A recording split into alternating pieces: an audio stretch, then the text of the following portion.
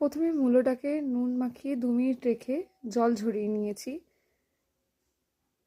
তার মধ্যে নেব লঙ্কা কুচি, ধনেপাতা কুচি, সামান্য আদা গ্রেট করা,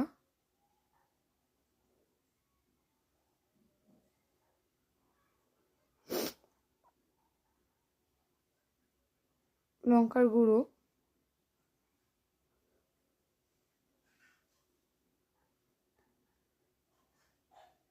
ধনের গুঁড়ো, জিরের গুঁড়ো, চাট মশলা,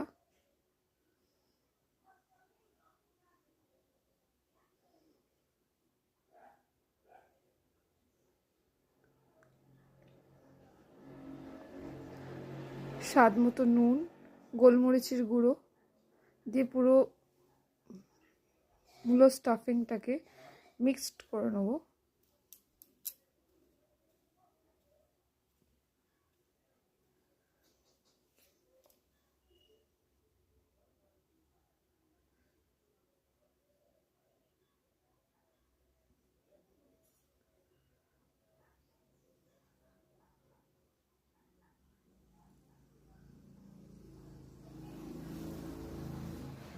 তারপর আটার এই ডোটাকে একটু বাটির মতো করে নেব। তার মধ্যে এই মূলোর যে স্টাফিংটা আছে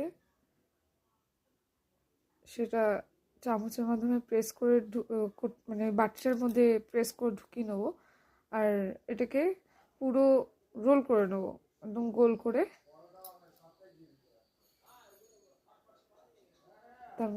তারপর ওটা গোল করে রুটির মতো করে বেলে নেব।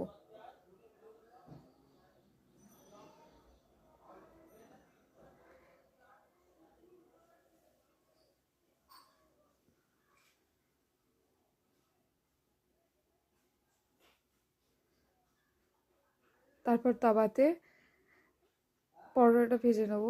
আমি এই পরোটাটা চায়ের সাথে খাচ্ছি, কড়া চায়ের সাথে। আপনারা চাইলে এটা দইয়ের সাথে বা চাটনির সাথে বা আচারের সাথে খুব ভালো লাগবে খেতে। অবশ্যই আপনারা ট্রাই করবেন, এটা খেতে খুব টেস্টি হয়। যদি এই মিনি ব্লগটা ভালো লেগে থাকে তাহলে অবশ্যই সাবস্ক্রাইব, লাইক, শেয়ার, কমেন্ট করতে ভুলবেন না।